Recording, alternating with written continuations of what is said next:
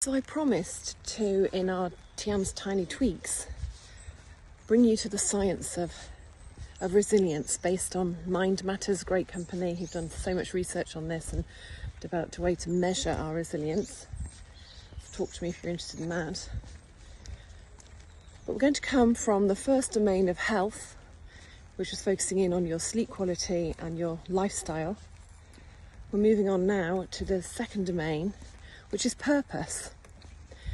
And this is why you'll have seen some posts from me where we bring Neil Fashy in, who is a 19 medalist, gold medalist, amazing person, Paralympian too.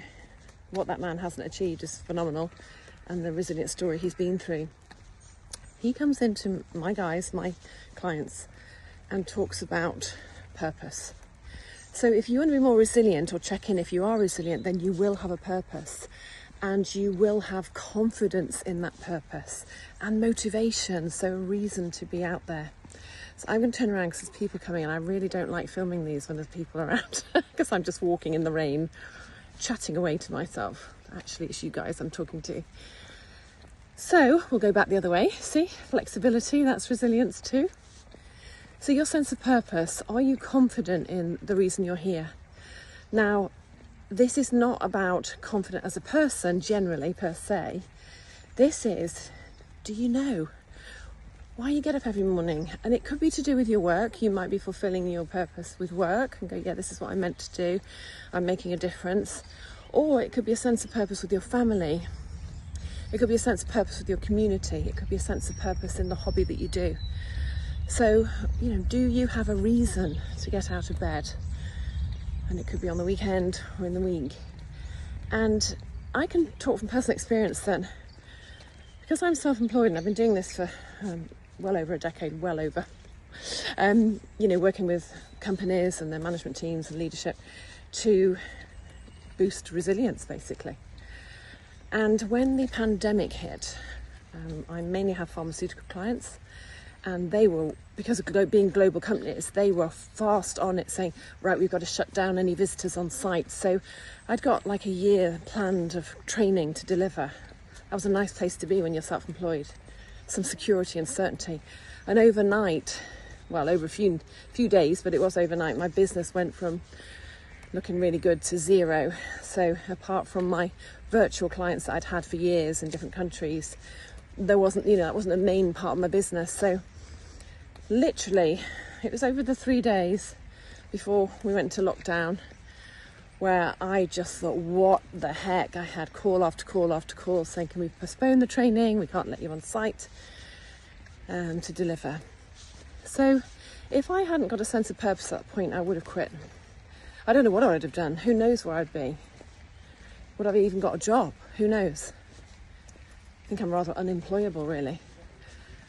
But what I did have was that drive, if you like, that sense of I absolutely have to deliver these tools, techniques, strategies around resilience to organisations, to companies, to teams, and there's no two ways about it. So I had that confidence that that's what I'm here to do.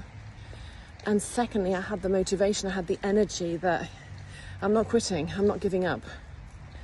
So I'm not saying aren't I great at all, I'm just saying thank goodness I had got that resilience domain in hand, naturally really, because I can't not do what I do. I can't not share these tools and techniques that will absolutely help some people's lives. It really does work, and I know that because I've used them in my life and it's made a massive difference. So I feel super resilient. And so I invite you to think about that. What would you do?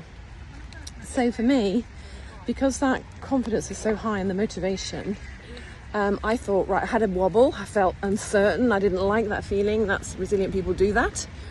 But then I thought, it didn't take me long to go, right, what am I doing about this? What am I going to do? So I turned my business then for the next 2 years online. And I rewrote courses and adapted them. So instead of 2-day courses, I did 4 little half days twice, you know what I mean? And because people can't sit for that length of time. And you will find a way. You will find solutions when you have a purpose. If you haven't got a purpose, then definitely read Neil Fashy's book, earn your stripes, because he talks about purpose in there. So, or contact me and I can send you some things, okay? But definitely focus on your sense of purpose now. Tiny tweak, sit down with a piece of paper or on your phone, electronic note, and go, what is my purpose? If you're not sure, write down, what have you loved in your life? What do you enjoy? What gives you great pleasure?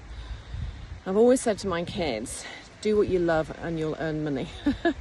And it's kind of in that same vein. If you do what you love, that's your purpose, then you'll never, ever be stuck.